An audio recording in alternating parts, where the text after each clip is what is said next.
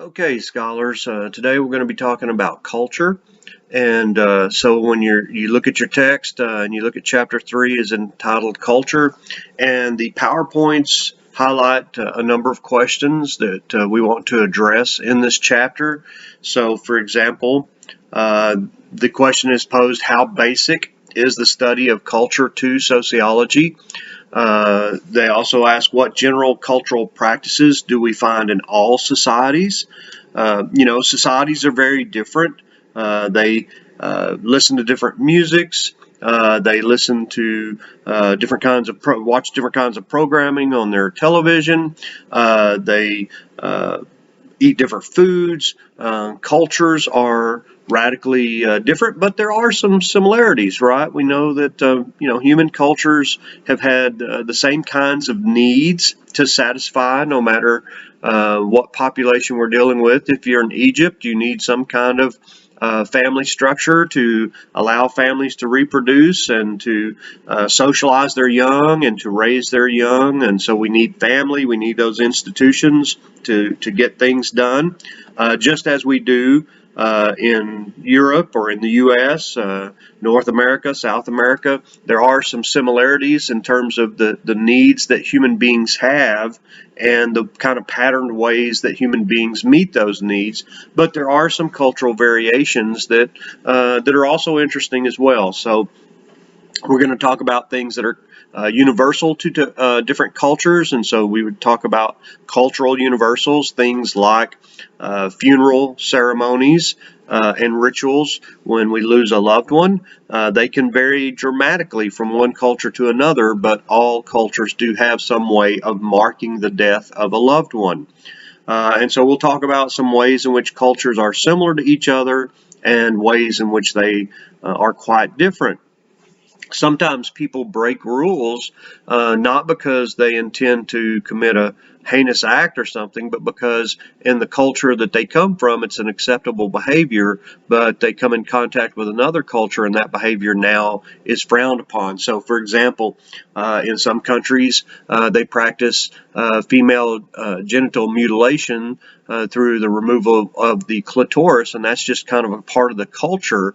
But here in the United States, we see that as mutilation, and we have outlawed genital mutilation for females in the United States. So people from those cultures are no longer allowed to do that here in the U.S., but if they are committed enough to their cultural practice, they may travel back to the African country that they came from in order to have that procedure done.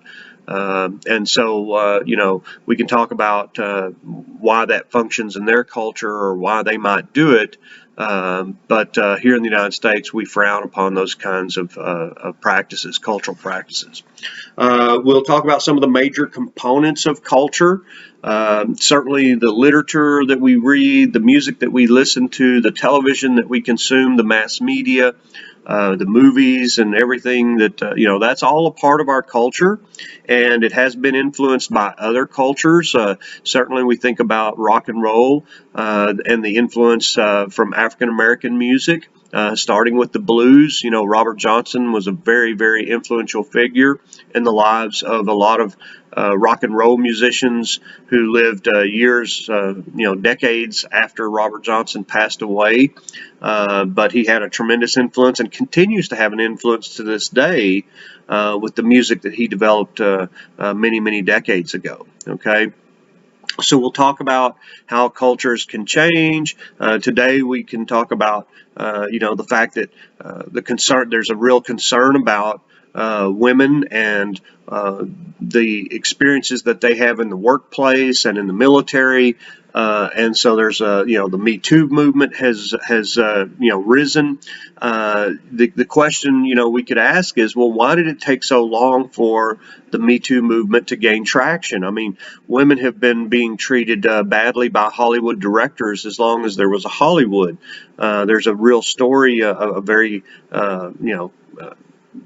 pervasive story about Alfred Hitchcock and the way that he dealt with Tippi Hedren, where he basically told her that if she did not have sexual relations with him, that her career would flounder, and she refused to do so, and her career was damaged. significantly as a result of that refusal. And that was back in the late 50s or early 60s, I believe. And so, that's just one anecdote that kind of demonstrates that the casting couch in Hollywood has been alive and well for many, many years. And it's interesting, what factors might have contributed to the Me Too movement finally gaining traction. And social media, I think, had a role to play in this, in the fact that women in Hollywood who were very concerned about what was going on in the way that women were being objectified in Hollywood through the casting couch experiences, should be protected and should have somebody to go to. So I think, powerful women in Hollywood, along with social media, along with maybe a greater acceptance of the American public, a frustration with people like Jeffrey Epstein and other people. Louis C.K. is someone who behaved inappropriately, and we haven't seen a whole lot of Louis C.K. In recent months, and that's probably a good thing, because some of the behaviors that he engaged in, while he did not sexually assault anyone, his behavior was certainly inappropriate and indefensible, and he should suffer some punishment for that poor treatment of his fellow comedians, female comedians. So we'll talk about all the different components of culture. Of course, the technology that we have impacts our lives. Think about how cell phones have gotten so very, very prominent in our lives. We can't go anywhere without our cell phones anymore. Even when I was able to go to campus, if I'd forget my phone, I'd have to go home and pick it up at my first break, because we just feel like we need to be connected to society, and we need to know what's going on, and we need to be able to get to our social media apps and all of that kind of stuff. So, technology, think about how the automobile changed our lives. Dating used to be done at the young lady's house in the parlor under supervision, but once we developed the automobile, it allowed young people to be more mobile, and so the son might borrow dad's car for a date and pick up his girlfriend at the house, and they might go to, if it's Happy Days, I guess they might go to Inspiration Point. And so dating, changed radically with the development of the automobile, and it continued to change. And today we see that online dating has become a very important part of, single people's lives, that it's the number 2 way in which people meet prospective dating partners. And so we'll talk about, some of those things, how culture can change our lives.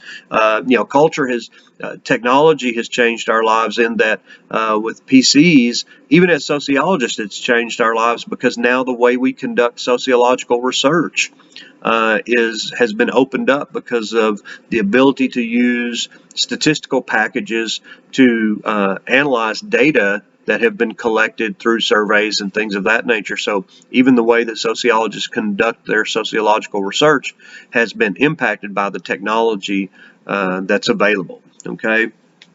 So technology, material, culture, music, the things that we use through mass media to entertain us, those are all components of culture.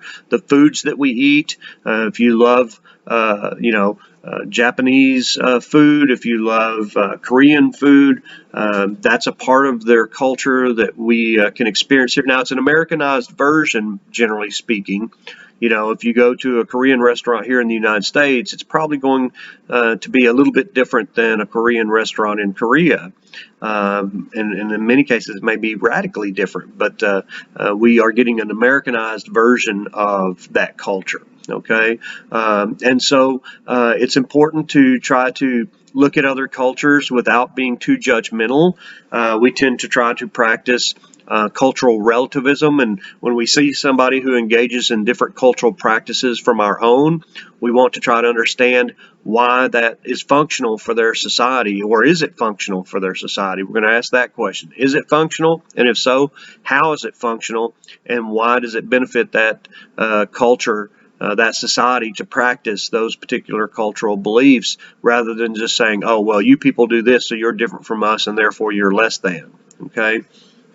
So we tend to be a little bit ethnocentristic. That's true of all of us. I grew up in East Texas, but I spent about 15 years in South Louisiana. And during that time, I came in contact with people who were excited about eating crawfish at a crawfish bowl. And I was invited to a number of crawfish bowls. And, I would show up with a hamburger most of the time, because even though I enjoyed the interaction and the socialization, the socializing that was occurring, the opportunity to interact with other people, the idea of eating boiled crawfish didn't really appeal to me too much.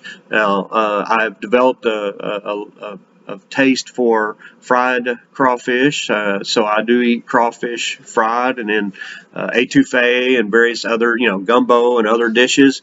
But in terms of just sitting down and peeling a bunch of crawfish at a crawfish bowl, that really doesn't appeal to me a whole lot. But I don't judge people who like those things in a negative way. It just happens to be a matter of preference, and they're not less than because they like it, nor am I more than because I don't. So, when we see people who come from different cultures and they do things a little differently than we do, perhaps we want to understand, well, why do you do things that way? What is it? What are the benefits of doing it that way, as opposed to the way that my particular subculture or cultural group tends to do it? Okay, so we'll talk about that. We'll also talk about cultures and how they develop a dominant ideology. Here in the United States, part of our dominant ideology is this idea of the American dream, and we have this attitude that things that we can. This idea that the American dream is based on the idea that if we work hard, that this is a land of opportunity. It's a part of our national identity that the United States is a place of opportunity. We, in past generations, we would talk about the opportunities that immigrants have when they come to the United States to assimilate to our culture, learn our language, and get jobs and get better educational opportunities perhaps than they had in their home countries.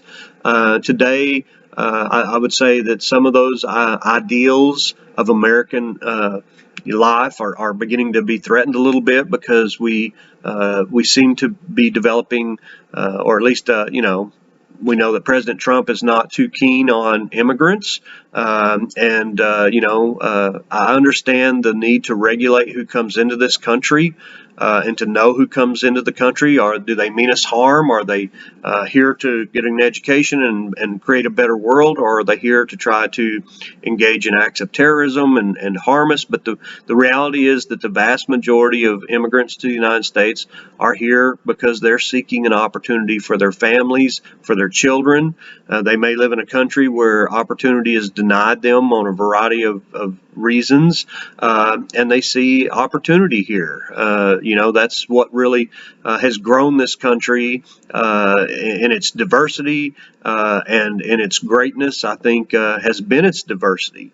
But today, that ideal is really being challenged by people who believe that it's America first. We should put America first.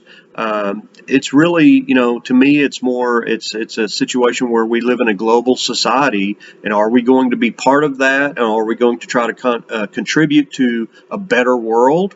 A shrinking world? Are we going to try to make it better for all citizens, no matter what country they're a citizen of?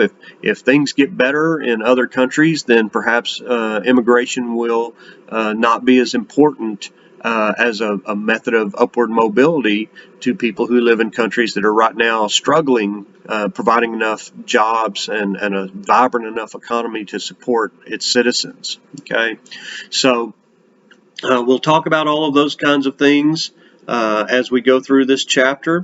I think it's a great chapter. I really enjoy the chapter on culture. Let's start out with a few definitions. Society is defined as a fairly large number of people living in the same territory who are relatively independent of people outside their area and who participate in a common culture. So there is an American society, and we do have a dominant culture, but we also have a number of subcultures all across the United States. I would say that Texas has its own unique subculture. And I would say that, South Louisiana with the Cajun influence and the French Creole influences has its own very rich culture. And so culture is certainly a very important part of us. There are a number of subcultures across the country, and then there are what we call countercultures, and we'll talk about those a little bit more as well. A society is the largest form of a human group. The people in a society share a common heritage and culture. So if you're an American and your family has been in America for several generations, you have some common experiences. You've been through some things that are somewhat similar. If your family's been here, say back through preceding World War II, then you had that experience of, perhaps having family members go off during World War II to protect our country, to fight overseas. You had the experience of seeing the race riots that occurred in the 1950s and 60s, and the changes that came about in our society as we tried to do away with segregation and discrimination. You have that experience of seeing people today who believe that the police are using excessive force in their interactions with people of color, and so you see the protests that sometimes devolve into riots and looting and things of that nature. So you've had that common experience. You kind of understand why those issues are still being debated and talked about, and in some cases fought, because you've seen those experiences as you've lived here in this country. Okay, and culture is learned. We learn the music that we want to listen to by being exposed to it by our parents and our siblings and our friends and on the radio. And so we learn that through interaction with people in our peer groups or in our families, and it gets transmitted from one generation to the next. I have a deep dislike of country music that largely comes from the fact that when I was a kid, my parents played a lot of country music. That was the kind of music that they tended to enjoy and prefer. And so I'm not a big country music fan. Now, there are some exceptions to that, I will tell you. Johnny Cash and a few other performers. In terms of songwriting, Dolly Parton has definitely been at the forefront of country music songwriting, written a ton of beautiful songs, and so I can appreciate the artistry and the skill of those individuals. But country music in general is not a genre that I listen to very much. I'm more of a classic rock, blues, kind of guy. But certainly, my parents exposing me to country music created an aversion to country music in my case. But they still had an impact on what I see as part of my culture. Okay. So what is culture? Well, common culture really allows us in our daily interactions to get along with each other. If we understand it, when you meet someone in a business setting, you're supposed to shake their hand and greet them warmly, and that's part of developing that cultural understanding. In the United States, we typically do not bow to people that we meet in a business setting unless we know that they come from a country where bowing to each other is more common culturally, and we're trying to make them feel comfortable. But generally speaking, here in the United States, in the past, now with the COVID-19 situation, handshaking may be on the way out in terms of as a form of greeting. I certainly don't feel very comfortable shaking people's hands today. No, actually, I'm not getting close enough to very many people to shake hands, right? We're really practicing social distancing as much as possible. But if somebody offered me their hand right now, I would not be very comfortable shaking it. Okay. So having a common culture makes it a little easier for people to get along with each other and to understand what's expected of them. When we come to a four-way stop, we know that the person who arrived at the stop signs first is supposed to go first, and then we know that the person, if people get to the stop signs at the same time, the person to the right has the right of way. Having studied from common books on how to drive according to the law, and having to pass a driving test allows us to understand what's expected of us when we're behind the wheel, which can be very important. That helps us to avoid accidents and things of that nature, right? And people sometimes break the rules and we have accidents, but most of us know, at least when we pass our driving test, we know what the rules are, okay? So people take for granted a lot of our little cultural patterns. There's a lot of culture that we just it becomes so ingrained in us that we don't even recognize that we're doing these kinds of things. For example, we assume that when we go to a movie theater that there are going to be seats there for the audience. We assume that doctors are not going to discuss our private medical information with people that don't have any business knowing our private medical information. We assume that parents are going to take care of their children and provide a nurturing, loving environment. But we know that sometimes people violate those cultural expectations, right?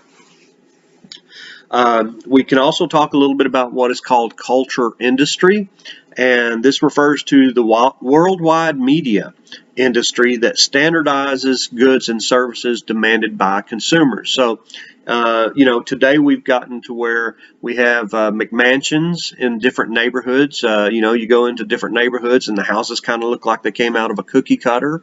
We know that when we go to Burger King to pick up a burger, no matter where in the United States we might be, that burger is going to be pretty similar to the burgers that we've gotten at other Burger Kings. We know that when we go to Walmart, we kind of know what to expect when we go to Walmart in terms of our options and the available products that are going to be available there. And so, there are some benefits to having those expectations being rewarded. That we know if we go to McDonald's for a sausage biscuit, this is what it's going to taste like, and we're seldom disappointed by that, right? But Theodore Adorno, who is a social philosopher from which sociologists have stolen several good ideas, he talked about the primary effect of this culture industry is to limit people's choices, because as things become more standardized, the less diversity and variety we can experience, right? We see, for example, Walmart and Target and stores like that kind of pushing mom and pop stores out of business. It's harder to compete with those large multinational corporations, and so mom and pop businesses get pushed out, and what's left are the big chains. The big boxes, the big chains, and all of that. And so, our culture can become somewhat homogenized as this process goes on, as we see corporations gaining more and more power. We'll also talk a little bit about cultural universals. And cultural universals, I mentioned those earlier. They are certain common practices and beliefs that all societies have developed. So most societies have developed some kind of religious institutions where they talk about right and wrong, and God or Allah or whatever God they might worship and pray to. We have funeral rituals. As I said earlier, they can differ from one culture to another, but all cultures have some way of marking the loss of a loved one. And George Murdoch, who is an anthropologist, did some research, and he came up with a number of different cultural universals. He said that all cultures tend to practice some kind of athletic sports, some kind of physical games that they play. They compete against each other. Visiting, going and visiting friends or relatives, that exists in all societies. If we even go back to hunting and gathering societies, there would be times when neighboring tribes would come and visit. and they would engage in barter and gift giving and you know, various rituals and celebrations and things of that nature. Having personal names, all cultures have some way of designating different people as being different from everybody else. Marriages exist in all cultures. The ceremonies may be radically different from one culture to another, but they all practice some kind of marriage ceremony. And funeral ceremonies. Those are some examples of cultural universals that Murdoch was able to identify. Now, I mentioned ethnocentrism. Ethnocentrism is the tendency of people to assume that their own culture does things the right way, and they tend to judge people by their own cultural practices. So, for example, if someone was traveling to another country and they saw people eating chocolate covered crickets, and they were repulsed by that. Oh my God, look at those people. They're eating chocolate covered crickets. You know, it's probably a common response to have that kind of reaction, but that's kind of an ethnocentristic reaction to think less of people because of some of their cultural practices. That doesn't mean that you have to eat the chocolate covered crickets in order to be a good person. It just means that rather than just assuming that, oh, well, those people are poor and dirty and less than us Americans because we don't eat crickets and they do, to say that, well, you know, I don't want to eat crickets, but, you know, if those folks, if that's part of their culture, and it's functional for them and it's important to them, then I am tolerant of that and I'm okay with that, but you know, I don't want to eat any crickets myself.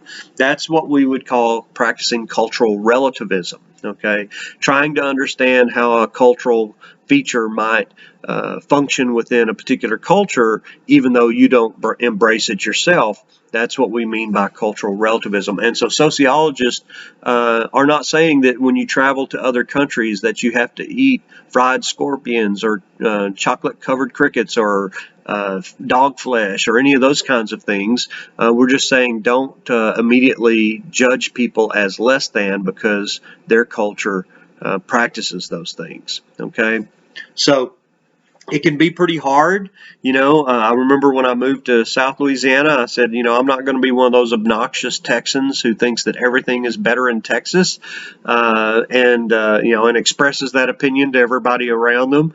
But I will tell you that the longer that I lived in South Louisiana, the more I yearn to be back in Texas because we do a lot of things that are pretty great compared to the way they do things in South Louisiana, in my opinion.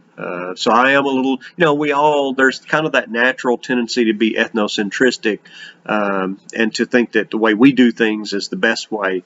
But that's not always the case. And even if it is the best way, that doesn't mean that that other culture doesn't do other things that in a way that are superior to the way that we do things. So just trying to understand how it works in their culture and being open-minded. Not saying that you have to partake in the practice yourself, but just be aware of how it helps their society function. That is what we mean by trying to practice cultural relativism.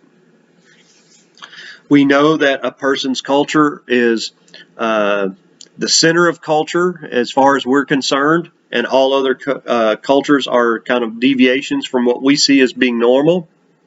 That's all part of ethnocentrism, and our view of the world is dramatically influenced by the society in which we were raised.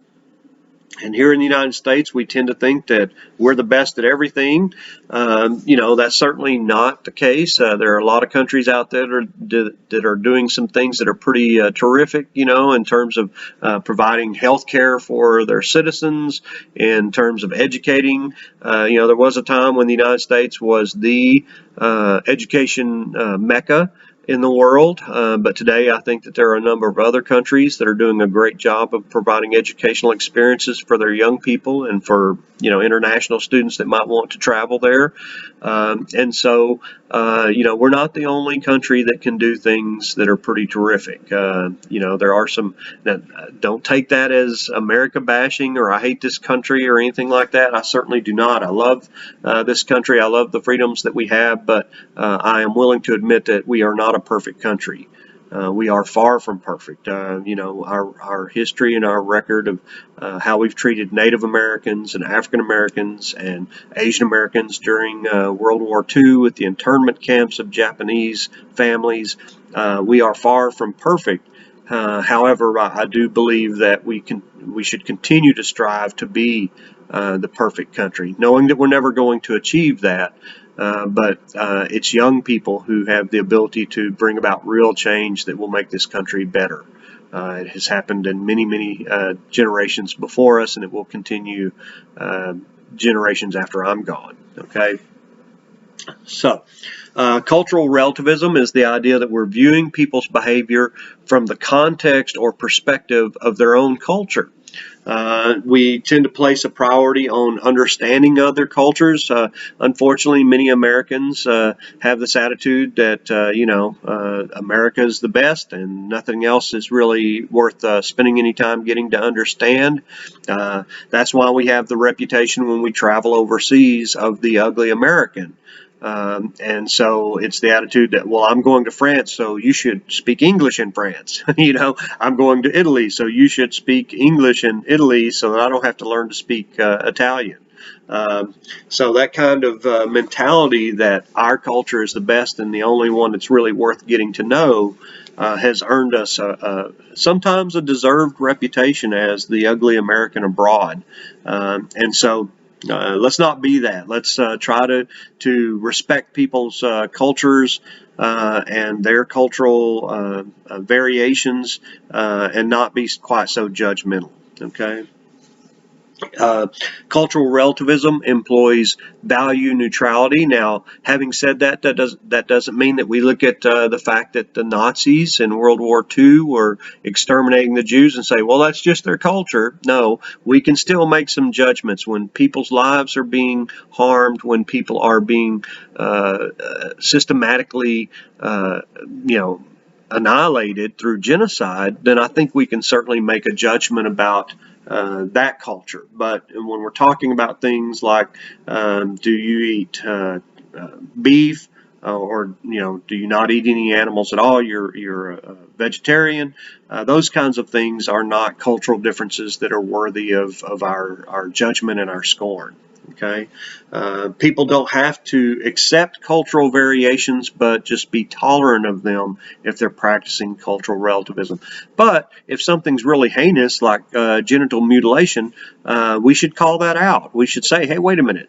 We understand where this practice came from, but it's really not appropriate, certainly not in the United States, and we don't believe it really even should be practiced in your home country. There's a better way of ensuring that young women don't stray from their husbands. How about, we treat women well and we give them the ability to make their decisions, and so they don't feel like they're forced into a marriage that they're miserable in.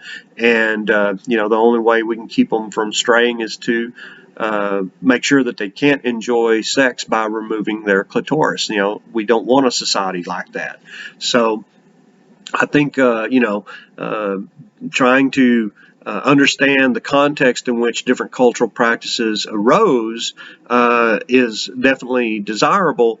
But when things are being done to people that are just so life damaging, then it's still okay to say, yeah, that's a cultural practice that I don't think I can even tolerate, much less embrace. Okay, but that's a very, very small. We're talking about more extreme cultural practices. Generally speaking, when sociologists look at cultural variations, they're going to try to not be judgmental about those things, and they're going to try to understand, why does that society do that in that way? Why is that a part of their culture? And when we have that understanding, we may say, well, it works for them, and it's not consistent with my view of the world, but it works for them, so I shouldn't be too judgmental about that. Okay. So, for example, if we think about child marriage, that's a cultural variation. We have some very young teenagers and in some cases even younger than that, who are being promised in marriage to, in many cases, much older men.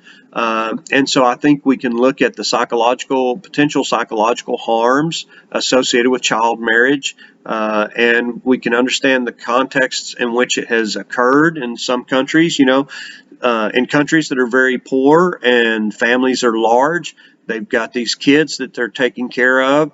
And if they can ensure that their daughter will be cared for by someone who has financial means to do that, they may pledge their daughter to this older man.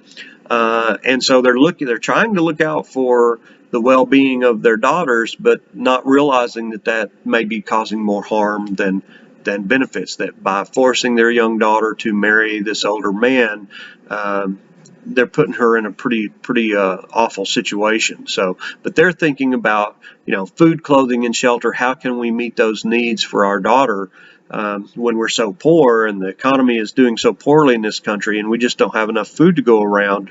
So you can understand the things that motivate people to do that, but we certainly would not approve of things like child marriage, because we believe here in the United States, and I think psychologists will tell you that young women are not prepared for the intimacy of a sexual relationship and all those kinds of things as very young women and even teenagers. So that's not a healthy situation, and so we would really kind of be opposed to those kinds of situations. But are you aware that many states here in the United States do not have very protective laws regarding young people getting married to older people? Now, yes, they require parental consent, but unfortunately, parents don't always make good decisions for their kids. And so in some states, we see very young teenagers being married off to other teenagers or older men in some cases, because the state laws do not prohibit that. Okay, so maybe we should look at our own laws in regards to child marriage before we start, judging other countries too harshly. Okay. Now, in the early days of sociology, we tended to believe that all human behavior was learned, and it was learned through interactions with others. But today, we've seen a rise in sociobiology and sociobiological explanations for different behaviors and things of that nature. And so I think today we acknowledge that, yes, nature is very important. The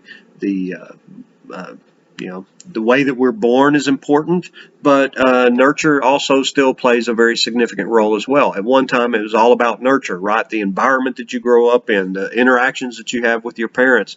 One of my professors said that when he walked into his first sociology class back in 1968, the professor wrote on the board, "All human behavior is learned," and he underlined all about 5 times. And he said that he was adamant that all human behavior was learned. Today, I don't know of any sociologist who would be so adamant that all human behavior is learned. We have come to understand that certain behaviors do have a biological influence. For example, when we think about aggressive behavior or violent behavior, who are the people in our society who are most likely to be violent? Well, we can say that males tend to be more violent than females. Now, that doesn't mean that females can't be violent, right? We've seen a number of, homicides committed by women and things of that nature. But percentage-wise, we know that males are going to commit the vast majority of violent crimes in a society, in our society at least, and that a lot of that has to do with the fact that males and females are different. When males do become aggressive, they are more likely to do more harm and damage than females who become aggressive because of their superior size and strength. Males are more likely to do damage, and so that difference, that biological difference, means that males can harm us worse than females can. Now, there are exceptions to that, ladies. Don't get me wrong. I'm well aware that Ronda Rousey could harm me in many ways. Okay, so we're aware of that, but those are exceptions to the rule. Generally speaking, we know that males are going to do more harm than females when they attack. Okay. the different levels of testosterone, the different levels of female hormones that might encourage a woman to be more nurturing to children. There may be a real biological basis for the differences in behavior that we see in men and women, and so we really have a difficult time separating how much of it is nature and how much of it is nurture. Are you born with these tendencies, or do you see your dad engaging in certain behaviors and your mother engaging in other behaviors, and you just grow to think that that's the way it's supposed to work? I think today sociologists have said, let's don't try to answer that question. We're going to say that it's the interplay between the biological differences and the cultural expectations that accentuate those differences or mitigate those differences. That's what's important. It's the interplay between nature and nurture that results in the behavior that we ultimately engage in. So yes, culture is still a very important part of learned behaviors and things of that nature, but there is a biological, I think most sociologists today would say that there is a biological basis for a number of behaviors. Okay. Natural selection is a term that's been used by Darwin to talk about survival of the fittest. We've also talked about how human beings can adapt to their environment through random genetic variation, and so natural selection is certainly still a theory that exists today after all these years. After Darwin passed away, we still believe that there are certain genetic variations that can sometimes be helpful to a person's ability to adapt to their environment and to survive. Okay. In terms of sociobiology and culture, sociobiologists assume that particular forms of behavior become genetically linked to a species if they contribute to its fitness to survive. So if a particular cultural variation occurs, let's say that 20% of the population has a genetic mutation that prevents them from becoming ill with COVID-19. Now, this is totally conjecture. This is totally hypothetical. I'm not sure that any such genetic variation exists, but let's say that it did. And so that means that, if the population was hit with this terrible virus, that maybe as many as 80% of the population would become ill, but that 20%, because of that genetic variation, would either not become ill or they would not succumb to the illness. Their immune system perhaps would have some kind of variation in it that would allow them to fight the infection off better and remain relatively healthy even after having come in contact with the virus. That would allow the species to survive. And so when we see, if we start talking about, well, let's get rid of all these genetic variations and mutations, that could be potentially very destructive, because we need that we need that genetic variation in our population, so that when these unknown pathogens start to attack us, we've got as much diversity as possible, genetic diversity as possible, so that the species can survive, even though we may lose large segments. If we think back to some of the epidemics of the past, the Spanish flu, I think of 1918 or so, there are a number of really horrible pathogens that have impacted our populations throughout our history, and had we not had some genetic variations there, it might have wiped out many more than it did. Okay. So I think we are acknowledging that diversity and variations, not only in our genetics, but in other areas of life, can be a positive as well. That diversity can be a positive rather than a weakness. Okay. And sociobiologists will tend to focus on how human nature is affected by the genetic composition of a group of people who share certain characteristics. So they're going to say that, for example, we know that, sickle cell anemia tends to affect people who are of African heritage more frequently than those who are not. And so that allows us to, when we, are in the emergency room and somebody comes in presenting with difficulties, from certain symptoms, if we know that person is of African descent, we might be able to more readily identify the cause of their problem. So we want to study, the characteristics of different groups, the biological characteristics, so that when they present with problems in the ER, we can more readily identify the problem and hopefully give them some relief from those physical ailments. Okay. So let's talk a little bit about language. That's an important part of culture, and subcultures have their own languages, or argots, A-R-G-O-T.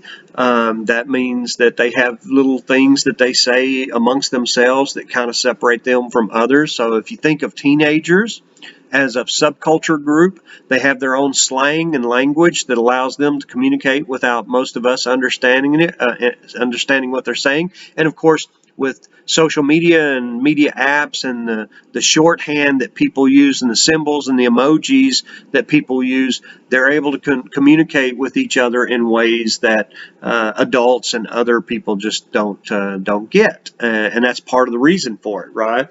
So language is a really important component of any culture. It's an important component of what we talked about in terms of cultural capital. People who come from the upper classes talk about things in a different way than people who come from the lower classes, and they use different language and different slang terms and things of that nature. And so language really allows us to interact with each other and to communicate and to go through our day-to-day lives and get things done. And it's kind of hard if you go to a foreign country and you don't speak the language. It's hard to order food or go to a hardware store and buy things or go to the grocery store because things are labeled differently and you may not recognize what those things are. So certainly knowing the language is an important part of cultural capital. It includes both the written and the spoken word, as well as nonverbal communication. So facial expressions and symbols and things of that nature vary from culture to culture. A number of years ago, George Bush was traveling in Australia and he was given the old peace sign. What he didn't realize was that people in Australia see that as some kind of indication of devil worship, and so they were kind of horrified at the faux pas that our president engaged in there. But it's important whenever you go to a foreign country, particularly if you're the president, it's important to kind of get briefed on what the acceptable symbols are and what you should do and how do you interact with these folks from a very different culture. Are you going to inadvertently really do something offensive to them?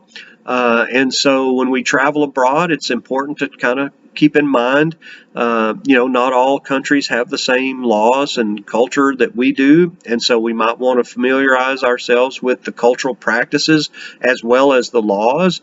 I remember reading a story about a guy who was in another country and he decided to smuggle some drugs out of that country, and he got caught, and he was ended up being sentenced to life in prison for something that here in the United States he might have been sentenced to a couple of years for a first offense, but probably not to life in prison. But he got a very rude awakening when he found out what the sentence was for his criminal activity. So it's a good idea to know, is alcohol okay in other countries? Is various substances, are they okay or are they off limits? It's important to know the rules and to try to play by the rules when you're traveling in another country. And you might want to know the penalties just to be on the safe side. So language is certainly very, very important when we think about all the different slang terms that people use and the way that the language is used here. We do set people apart as outsiders if they don't speak not just our English language, but if they don't use the kind of terminology and terms and things of that nature, slang that we use, it sets them apart as not being part of the group. Okay. So let's talk about what we mean by language. Language is defined as an abstract system of word meanings and symbols for all aspects of culture. It is fundamental to having a shared culture. We all need to be able to communicate with each other. People who come to the United States and don't speak English struggle to assimilate. Sometimes it's their children who are able to assimilate the quickest, because we know that kids are in that language acquisition stage of life, and it's much easier for them to learn a foreign language, a new language, than it is for older adults. But immersion tends to work pretty well. If you get in a situation where you have to learn to speak English in order to survive, you'll learn to speak it quicker. Or if you have to learn to speak French or Spanish or whatever language in order to survive, because there aren't very many people around to translate for you, you will learn to speak it. You will assimilate much quicker that way. Okay. And the ability to understand other languages and to speak other languages is really crucial in our international relations. And if we can't speak other languages ourselves, we at least need to surround ourselves with people who understand not just the language of the country that we're dealing with, but also the cultural background. There are historical events that influence the way people see things. And if something tragic happened around this particular type of behavior and you step on people's toes by engaging in behaviors that they consider to be inappropriate, it can be deeply offensive and divisive. And we don't want to, through our own ignorance, offend people and create hard feelings when we're trying to set up a business deal or to come to some kind of international agreement between nations. We want to understand the people that we're dealing with.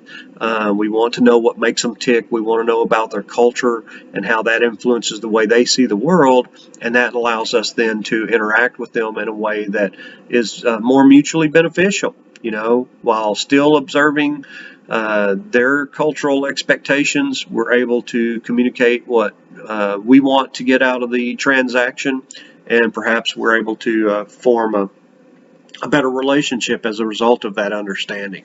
Okay. And then, of course, with nonverbal communication, here, we're talking about, like I said, the symbols, facial expressions, body language. If you're having a conversation with somebody and they've got their arms crossed through the whole conversation, that indicates that they're closed off and they're not really listening to your argument. So you're going to have to change tack a little bit and hopefully, find another way to get them to actually listen to you. They are resistant to what your message is if they've got their arms closed. My dad, when I was dealing with my dad as a teenager, if I saw his hand on his hip, I knew that I was going to have a negative interaction with my father, and I always dreaded those kinds of interactions. If you get the look from your parents or from your significant other, if you do something and they kind of give you that look like, oh, you're treading on thin ice, we all know what that look is, right? We know what it means. We may go ahead and engage in the behavior knowing that there's going to be a reaction to it, but we know. Don't say we weren't warned. We got the look and we engaged in the behavior anyway. So symbols are the gestures, objects, and words that form the basis of human communication. Many symbols are rich in their meanings and may not convey the same meaning in all social contexts. So, it's not just the words that we use, but the context in which we use them. And if we throw a little bit of something into the discussion when we use a word, it might indicate that we're being sarcastic. We can say, oh, I would love to come over and help you move. Now, did I sound like I genuinely wanted to come and help you move? Of course not. But the words indicated that, yes, I'd love to come and help you move, but my tone of voice gave away that I was being sarcastic, right? So it's not just the words that we use, but also the way that we use them and the context in which they're used that helps to determine the meanings when we have conversations with people around us, okay? So another form or another component of culture that's very important are our norms. Okay, so we talked about language and communication and all of that, but now let's talk a little bit about the norms. And norms are simply society's rules that tell us this is right and that's wrong, and you should do this and you shouldn't do that. And we've got different kinds of norms in society. The norms are the rules that guide our behavior and tell us if we're engaging in appropriate behavior or behavior that our society, our culture would see as inappropriate. And what's appropriate in one social setting might not be appropriate appropriate in another, right? So norms are the established standards of behavior maintained by a society. To be significant, a norm has to be widely understood and accepted, right? In order for a norm to really have any power, most people in society have to first know about that rule, and secondly, kind of agree that it makes sense to play by that rule. The textbook uses the example of the norm of heterosexuality. For many, many years, we have considered homosexuality to be a sign of demon possession or a sign of mental illness. Today, we understand that homosexuality is just part of the variation of human sexual desires and sexual identity, and we shouldn't be castigating people, and we shouldn't be prosecuting them and persecuting them for who they love. And so today, of course, gay marriage is the law of the land. And, so now people are more free to live their authentic lives and to love who they want to love, who they're attracted to. But we still see that 1 in 5 mothers is still teaching her young children that homosexuality is wrong. And only 1 in 4 parents ever consider if their children will grow up to be gay or lesbian. So even though we're seeing more acceptance and more tolerance of gay people in our society, it's still there's still gay bashings, there's still violence. A lot of it has now been kind of shifted. The target has been shifted to transsexual people, people who are transitioning. They seem to be getting a lot of the hatred and violence directed towards them today. But gay and lesbian people are also still targets for some of this abuse. Okay, but I think we are making headway. We are moving towards greater social acceptance, and I hope that we continue to move in that direction because, as I think I said to you in a previous video, a person's sexual attraction is just a small part of who they are as a human being, and so it doesn't make a lot of sense to label somebody a horrible person because of who they love. To me, if you're attracted to someone and you love that person, then you should be able to live your authentic, true self, your authentic, true life, and not be subjected to abuse and persecution and prosecution. Okay, but I know not everybody shares that belief. Okay. So let's talk about some different types of norms. I said that, some of our rules in society are a whole lot better, or not a whole lot better, but a whole lot more important to us and more strictly enforced than other rules. So we have what are called formal norms. These are norms that are deemed to be so important to society that somebody has written them down and we tend to enforce them. That's what we mean by formal. They've been formally put into, policy handbook at our place of employment, or they're written down as laws. Some of our formal norms are so important that we have codified them into law. And so that's also a part of it. And then we have what are considered to be informal norms. And these are rules that are kind of understood, but they're not precisely written down anywhere, and you're probably not going to go to jail if you break an informal norm. You might go to jail if you break a formal norm, but you're unlikely to go to jail for violating an informal norm. But people will talk about you, gossip about you, avoid you. Let's think about, getting on an elevator. Okay, there are no real rules for how we're supposed to behave on the elevator. When I was a kid, people would get on the elevator and they would stop talking while they were on the elevator, but when they got off, they would just pick up their conversations. As soon as they got off the elevator, they'd just pick up their conversation where they stopped when they got on the elevator. Today, I see a lot more people talking to their friend once they get on the elevator. Even if the elevator is full of other people, they will just continue their conversation. Now there's nobody that's going to say, "Oh, I'm the elevator police. You got to quit talking in here." They're not even going to say, if you get on the elevator and you face the back of the elevator rather than the doors, they're not going to say, "Well, you broke the elevator laws. We're going to have to give you a citation, or we're going to have to arrest you." But people will probably look at you a little strangely if you get on the elevator and face the back of the elevator and all the people on it, rather than facing the door and waiting for your floor to arrive. So, we can break some of those kinds of rules, those informal norms, and sometimes those norms change over years. As I said, when I was a kid, you get on the elevator. If there's other people on the elevator, you don't subject them to your conversation. You just stop talking until you get to your destination, and then you pick up your conversation right where you stopped. But today, people are more willing to have those conversations and just to keep talking to their friend until they get to their destination floor. So things do change, the rules do change, and these informal norms are easier to change a lot of times than the formal norms. Because it takes a political process for some of the formal norms. If we're talking about laws, think about how much we've struggled to change the laws in regards to the legalization of marijuana. We've got this hodgepodge. The federal government says it's against the law to be in possession of marijuana or to consume and produce it. But state laws are saying that, well, you can do it for medical purposes if you've got, a medical diagnosis that allows you to get a card that allows you to purchase marijuana, then it's okay. But recreational marijuana is illegal. And then we've got other states where, hey, recreational marijuana is legal as well. And so, there are 50 different states, and it seems like there are 50 different sets of laws in regards to marijuana use. And then there's the federal law and their expectations.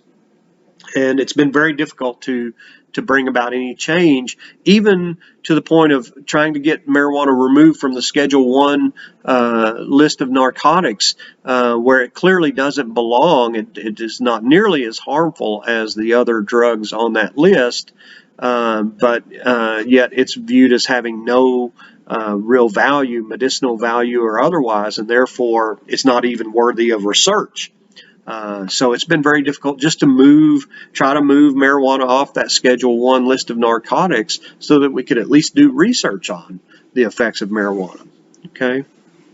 So, the standards of dress are an example of an informal norm. Most of the time there's no written rule that, hey, you have to wear this dress, this mode of dress in order to fit in.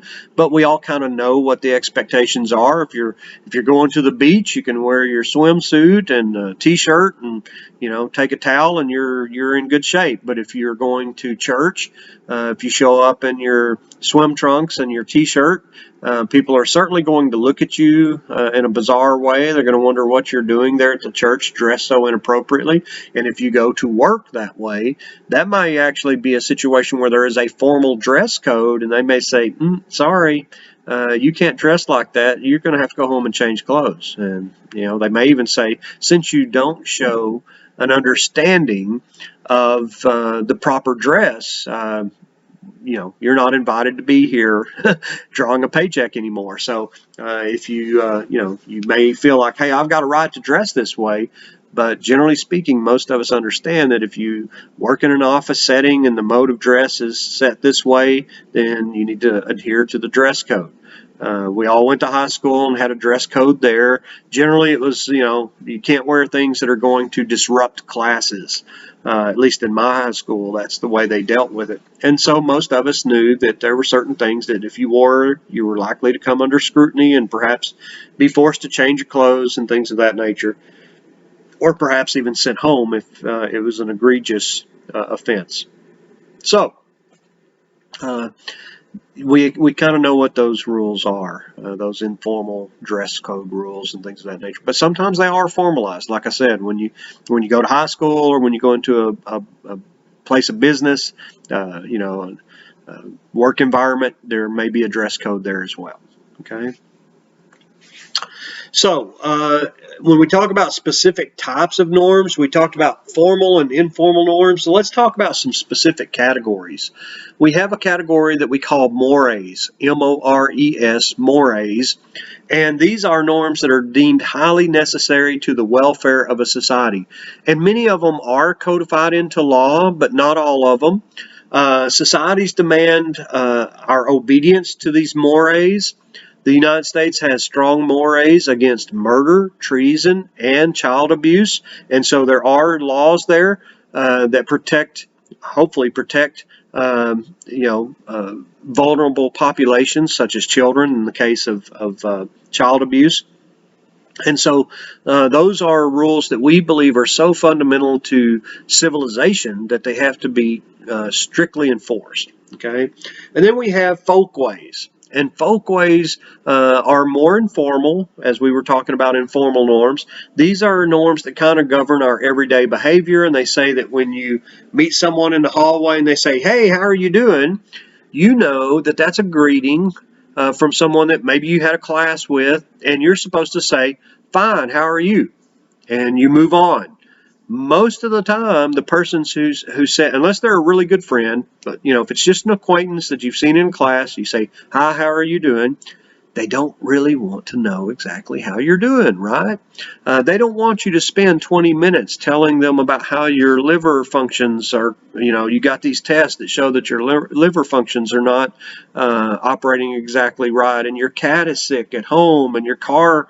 They don't want to hear all of that. They want you to say, "Fine, how are you?" and move on. Okay, so the violations of those things are not going to result in sanctions. If we're talking about folkways, if you violate a folkway, if you get on the elevator and you face the back of the elevator, you're probably not going to get a citation or arrested or anything like that. If you refuse to shake someone's hand, you're probably not going to get arrested, and you're not going to be punished for that, but people may talk about you behind your back. They may avoid you. That friend or that acquaintance who asked you how you were doing, and you spent 20 minutes giving them a litany of updates on various things in your life.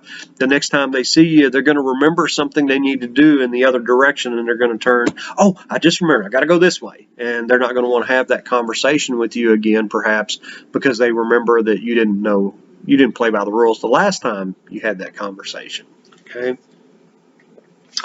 So, along with sanctions or norms come sanctions, and sanctions are punishments and rewards that are associated with either living up to or failing to live up to society's expectations. Now, I do want to point out that what is acceptable in one social context certainly is not in another. So, if you're hanging out with your friends and you're all above the legal age and you decide to have some adult beverages, in that social setting, that might be acceptable to drink a few adult drinks or even to drink enough to become intoxicated. But if you're going to a church function, we all know that showing up with alcohol and drinking adult beverages in that situation would be very frowned upon, and you might be asked to leave and not come back. So the rules change, from one group to another. Using profanity might be really frowned upon within your family, but when you hang out with your friends, they may be more accepting of that kind of behavior, and so it may be more common. So we all have to learn what the rules are of all the various entities that we interact with. And human beings are pretty adept at this. We figure out, most of us figure out when it's okay to engage in one behavior and when it's not okay to engage in that behavior, and under what settings and circumstances we can break the rules or bend the rules. Okay. Positive sanctions would be, I mentioned rewards. If you get a raise at work, if you get a promotion, if you earn a degree or a credential or something like that, those are all positive sanctions. And then, of course, negative sanctions are punishments. If you are demoted, or if you're fired from a job, or if you're suspended from school, those are negative sanctions. We typically think of sanctions in the negative aspect. We don't think about the rewards for engaging in behavior that is approved and desired. Okay. So I think that probably gets us to a pretty good place for me to stop and switch gears a little bit. That's an hour and 8 minutes. I will be recording the second part of this. It's easier for me, I think, to do about an hour to an hour and a quarter. And then upload that video and then do another video to kind of finish up the lecture, simply because in terms of the size of the upload, it's easier to get it uploaded. And two, I know you guys need breaks too, and of course you can always stop the video and come back and start it back up. But I think it's better if I put some natural breaks in it, so that even if you just want to plow right through the whole video, it's only an hour and 15 minutes long instead of, I think the first one I did the other day was an hour and 40 minutes, and that was too long for me, and it was probably way too long for you guys to have to listen to me. So I apologize for that, but I'll continue to try to cut these off around somewhere between an hour and 15 minutes. And of course, like I said, when you're watching them, you are certainly free to break them up into 20-minute bits if that's what you need to do in order to make it through them. I hope the videos are being helpful. Please let me know if there's something more I can do. I hope that you're pulling up the PowerPoints and looking at them as I go through, because that's kind of what I'm using as my guide to go through and lecture. I've lectured on this. My first class teaching social problems was in the fall of 1989. Is that right? Yes, the fall of 1989. So it's been a little over 30 years that I've been doing this. So I certainly feel very comfortable about talking about any of these issues. But I tend to use your PowerPoints as just kind of a little bit of a structure to go through and talk about things that I think you guys are going to need to know in order to be successful on the exams. All right.